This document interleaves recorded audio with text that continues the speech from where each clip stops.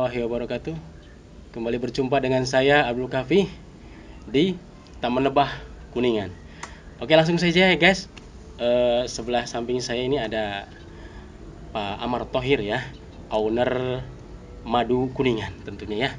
Nah, sekarang saya akan memberikan banyak pertanyaan kepada beliau. Bukan banyak ya, mungkin beberapa pertanyaan ya. Oke Pak Amar,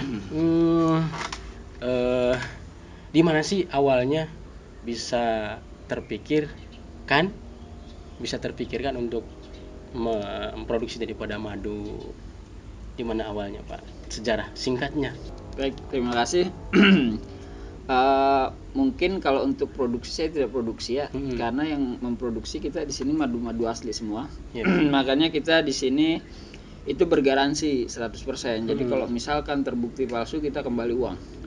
Jadi kalau yang untuk produksi itu lebah. Di sini kita cuma memproses untuk pemerasan, penyaringan sampai pengemasan seperti sekarang ini. Awalnya itu karena saya sendiri sebenarnya sudah lama sebagai pengkonsumsi madu, cuman ketika saya sakit banyak madu-madu yang saya konsumsi sebelum-sebelumnya itu ternyata bukan madu asli. Setelah saya tahu ke belakang, karena memang di situ juga ada komposisinya sebenarnya, cuma kita tidak perhatian untuk membaca gitu. Nah, akhirnya ketika sakit pun kita tetap mengkonsumsi obat-obatan kimia juga, karena kan memang tidak ada khasiat yang terasa dari madu yang saya minum waktu itu. Kemudian saya mencoba madu asli yang memang benar-benar murni. Di situ saya merasakan khasiatnya. Nah, dari situlah saya mulai tertarik sampai budidaya lebahnya. Di situ saya mulai beli beberapa koloni, itu mulai dari lebah yang trigona atau Sundanya itu tewel, yang tanpa sengat, karena kan untuk di halaman rumah kan. Nah, di situ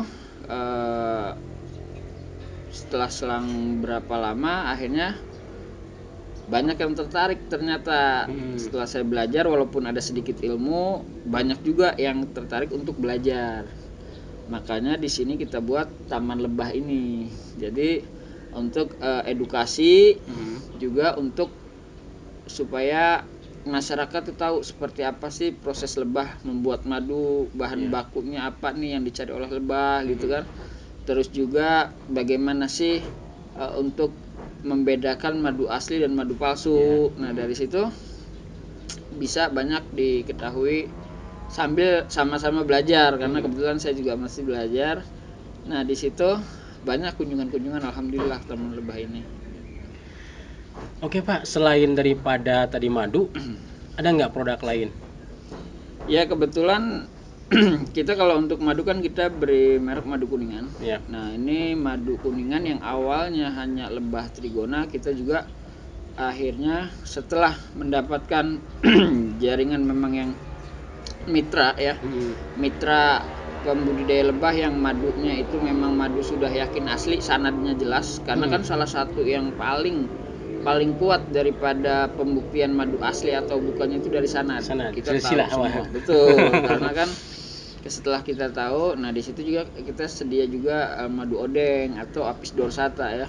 Jadi untuk madu hutan liar, karena itu nggak bisa diternak, juga ada Apis mellifera yang kita beri kemas dengan beberapa ukuran. Nah, setelah saya berpikir bagaimana ketika madu ini kan mungkin bisa banyak produk turunannya.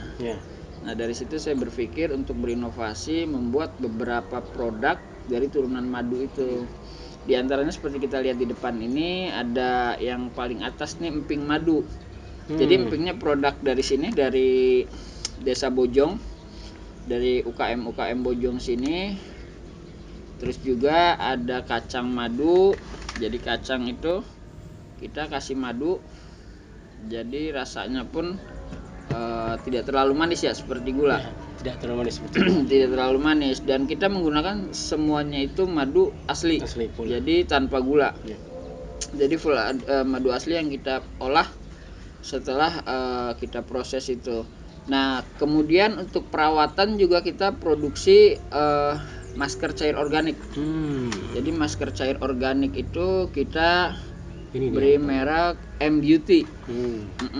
Jadi ini kandungannya tuh dari mulai madu fermentasi, terus juga propolis, bipolen. Nah itu yang semuanya itu masing-masing punya khasiat untuk wajah gitu. Jadi di sini bahan-bahan bakunya memang itu sangat berkhasiat untuk wajah dan full organik. Jadi insya Allah tidak berbahaya. Nah kalau untuk sabun itu juga kita produksi, bisa untuk wajah, bisa untuk badan juga. Ini sabun juga kita berbahan dasar dari madu, juga mengandung madu, propolis, bipolen, juga ada beeswax atau lilin lebah yang semuanya juga berkhasiat. Dan kita menggunakan bahan-bahan premium di sini untuk bahan dasarnya seperti minyak zaitun, itu kita menggunakan yang virgin ya, olive oilnya. Terus juga ada VCO untuk minyak kelapanya, kita juga gunakan yang virgin VCO itu. Dan bahan-bahan lainnya yang insya Allah juga untuk melembutkan kulit, tidak kering. Ini udah banyak yang coba sih kayak gitu. Oke, ini yang terjadi di masyarakat tuh kebanyakan ya, dia kadang-kadang maaf ya, jadi ketika dia pingin madu katanya, beli madu, ternyata madunya itu mungkin alasannya mahal ya, mahal. Akhirnya kebanyakan ke madu-madu yang emang yang sudah dicampur tadi, dioplos atau ya kata kasarnya itu. Nah ini bagaimana untuk meyakinkan masyarakat agar bisa beralih ke madu yang asli gitu. Sebenarnya kalau mahal atau murah itu relatif. Karena kalau untuk pengobatan, terutama ketika kita memang sakit yang parah, itu biayanya mungkin lebih daripada kita beli madu asli gitu kan.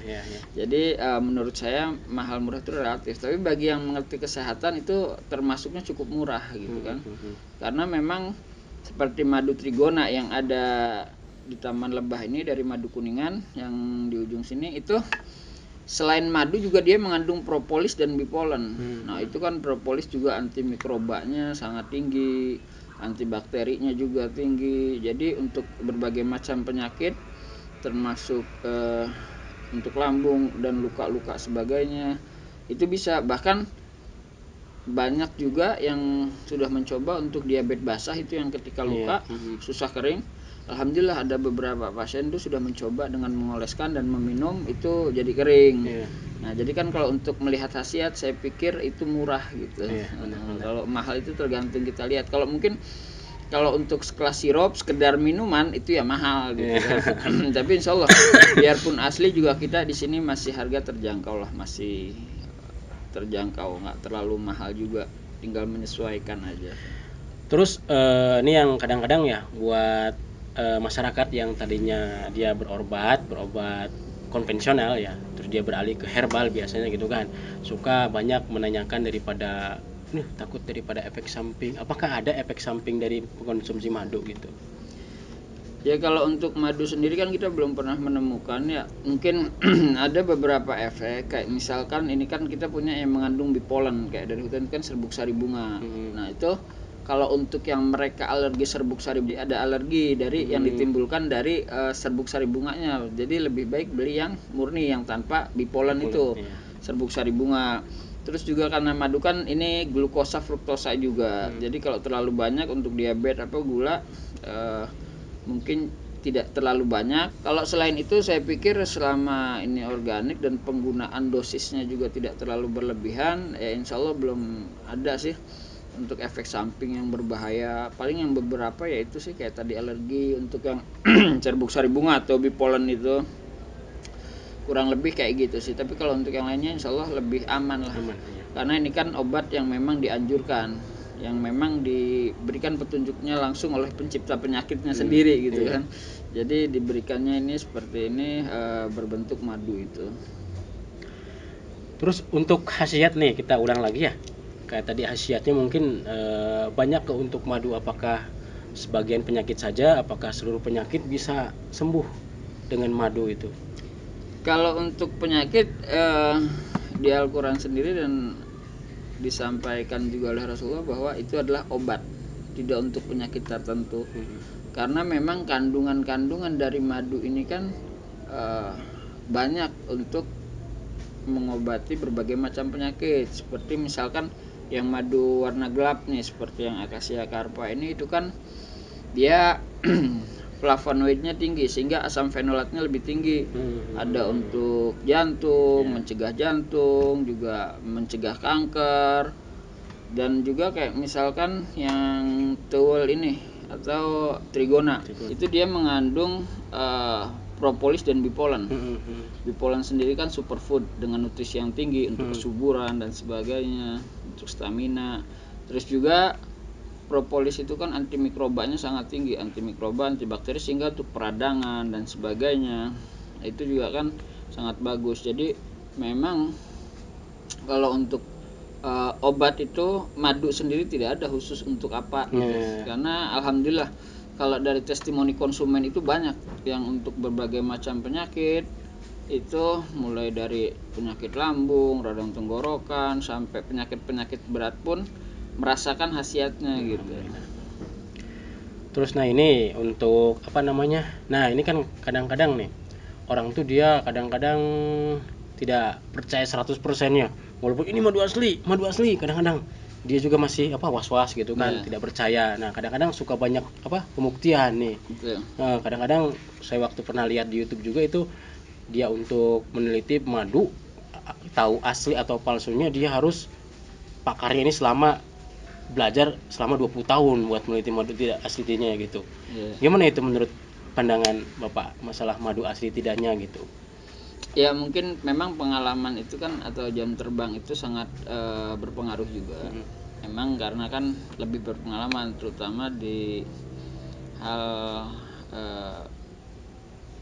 tentang bagaimana keaslian madu dan sebagainya.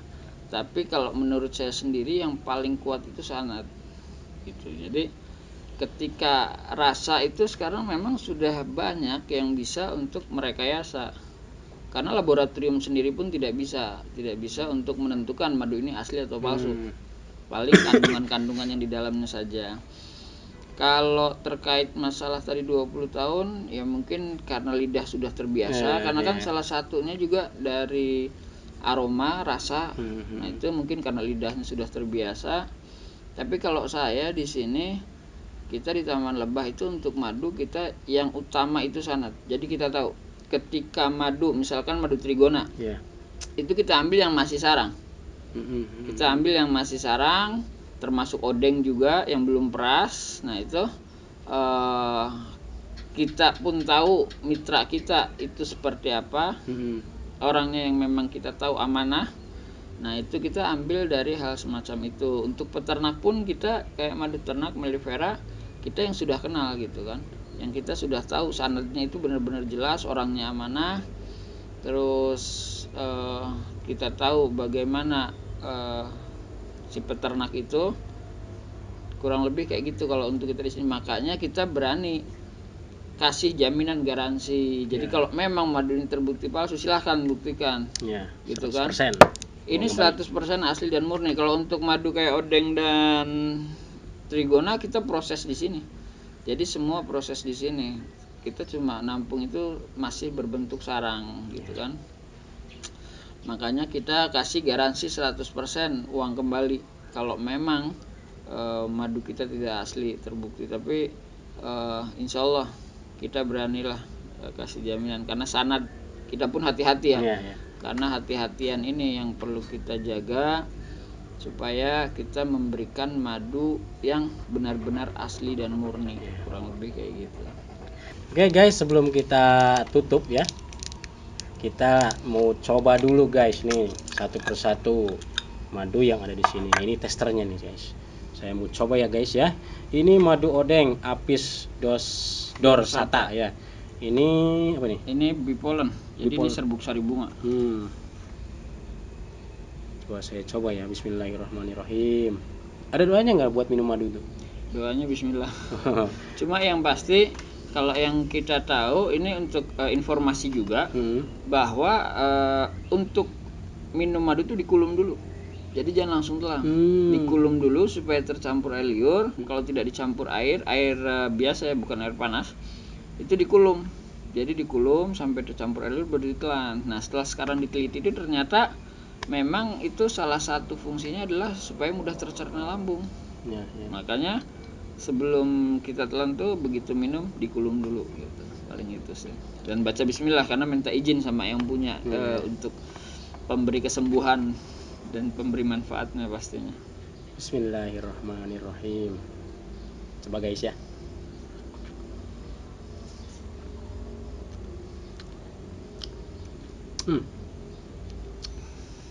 Luar biasa. Itu tadi langsung ditelan ya. Jadi kalau bisa jangan langsung ditelan, biar tercampur. Lama. Biar tercampur. Jadi nanti kita coba yang lain lagi. Nah, nanti biar tercampur dari dengan air liur supaya dia lebih cair. Nah, kita coba nih yang ini. Yang ini tadi madu odeng, ini akasia. Nektarnya dia dari lebah mellifera. Nanti coba dikulum agak lama karena terasa ini kan agak kental nih kalau yang ini. Nanti biar agak cair dulu baru kita telan. Doa lagi ya. Doanya bismillahirrahmanirrahim.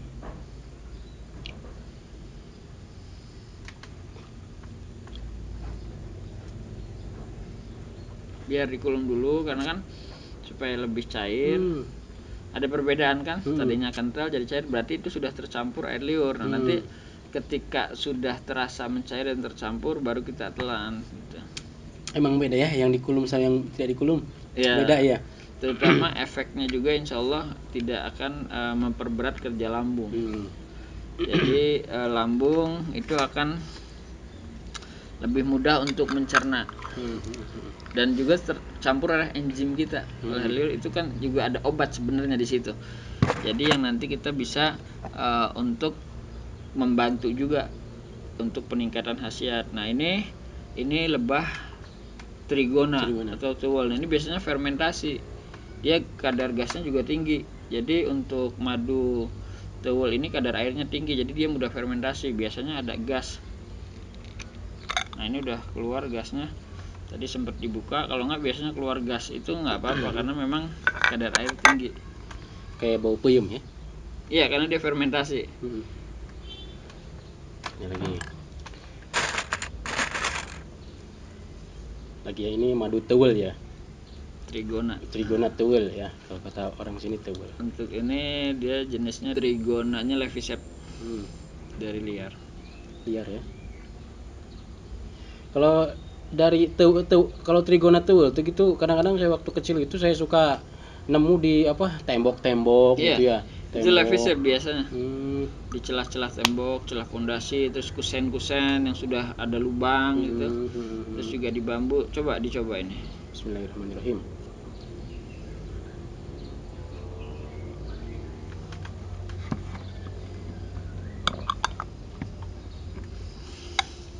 Ini rasanya memang beda. Lebih kerasa asam-asamnya ya? Karena memang kadar asamnya lebih tinggi dibanding yang lain. Kadar vitamin C-nya juga tinggi, tapi dia mengandung propolis, bipolen. Nah, itu bipolennya juga bikin asam. Serbuk sari bunga itu karena ini kan diproses diperas itu nanti ada serbuk sari bunga, ada propolis. Makanya kalau yang tidak biasa mengkonsumsi madu trigona ini aneh. Itu bahkan dia pernah bilang palsu, kok madu encer terus juga asam. Karena kan kebanyakan madu itu identiknya dengan kental dan manis. Nah, itu padahal kan memang madu sendiri itu ya bermacam-macam jenisnya dan kadar airnya bermacam-macam. Bahkan di surat An-Nahl sendiri kan ayat 6869 disebutkan bahwa cairan yang keluar dari perut lebah itu bermacam warnanya seperti kita lihat di depan ini kan. Nah, ini kan ada yang coklat, ada yang kuning bening, bahkan ada yang bening, ada juga yang hitam ke warna gelap gitu kan. Itu memang madu asli itu tidak bisa konsisten warnanya karena tergantung nektar bunga dari sekitar. Ketika itu bunganya apa yang dominan ya seperti kaliandra, ini kuning kehijauan itu kaliandra kebanyakan seperti itu. Untuk akasia carpa dia berwarna gelap gitu. Nah, jadi memang madu untuk yang kita dari alam itu atau ternak sekalipun tidak bisa konsisten warna, aroma dan rasa. Setiap musim bunganya berbeda, otomatis pasti ada perbedaan kayak gitu. Ya mungkin itu saja yang dapat kami sampaikan. Tentunya buat kalian yang penasaran, ingin tahu, datang kemari guys ke Taman Lebah Kuningan. Jadi selain untuk kita tidak hanya menjual ya, jadi kita juga di sini yang penting utama itu silaturahmi. Kita bisa ngobrol, diskusi dan tidak harus membeli. Jadi di sini juga mungkin ini baru jadi ini bisa untuk selfie foto mungkin dengan menggunakan topi lebah di sini, juga bisa untuk spot foto di sini. Jadi yang utama itu adalah silaturahmi. Jadi untuk datang ke sini tidak harus membeli, tapi kita utamakan silaturahmi. Bisa datang ke Taman Lebah Kuningan di Desa Bojong, Dusun Wage tepatnya, RT 15 RW 4 nomor 84, Desa Bojong, Kecamatan Keramat Mulia, Kabupaten Kuningan. Nah itu kalau untuk yang datang ke sini bisa lihat-lihat sekaligus belajar, juga foto-foto kayak gitu. Oke guys, jangan lupa ya buat kalian yang suka dengan videonya, jangan lupa di like, komen, dan subscribe tentunya ya guys ya. Oke, Assalamualaikum.